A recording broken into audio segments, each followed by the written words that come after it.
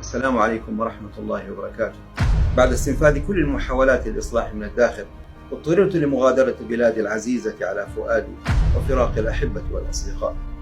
اتخذت هذا القرار لأجلهم، لمستقبل أولادنا وبناتنا، وصون حقوق إخوان المواطنين والمواطنات للعيش بحرية وكرامة. من حي المنار في مدينة جدة، ومن خلف لوحة المفاتيح، لم أقف ساكنا منذ بدأت حساب فهد أمام التدهور الذي طال البلد على المستوى المعيشي، كما طال الحقوق الأساسية للإنسان في بلد أنعم الله عليه بالخير من كل نوع مع الأسف الشديد. عملت طيلة السنوات الماضية بما أستطيع مع حفاظي على أمني الشخصي تقنيا بعد حفظ الله ورعايته، دفاعا عن مبادئي وبلدي، وسعيا لإنقاذ ما يمكن إنقاذه. الآن وفي هذه المرحلة الحرجة التي يمر بها البلد ومن فيه، قررت أن أظهر بالصوت والصورة بعد وصولي إلى مكان أكثر أمانا واحتراما لحقوق الإنسان، لأعلن لمجتمعنا الكريم أني سأنتقل إلى مرحلة جديدة أكثر فعالية ومساحة أكثر حرية للدفاع عن حقوقكم ومطالبكم، ونقل معاناتكم إلى كافة المحافل السياسية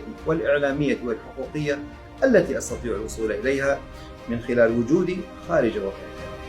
كما أتعهد لكم وأعاهد الله تعالى أني سأبذل كل الجهد لفضح المفسدين الذين حرموا المجتمع من حقه في الحياة الكريمة، مقارنة مع أبطال مجاورة لا تسامينا في الثروات، بل وتفتقد للكثير من مقدرات بلدنا، لكنها تجاوزته في مختلف المجالات، مما أصبح مهددا حقيقيا لحاضر البلد ومستقبله، ولا يمكن السكوت عنه بحال من الأحوال.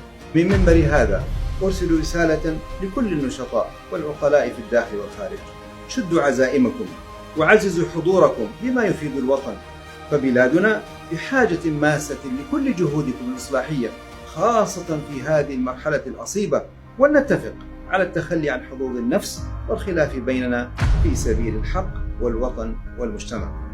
أخوكم فؤاد كوثر علي، فهد سابق.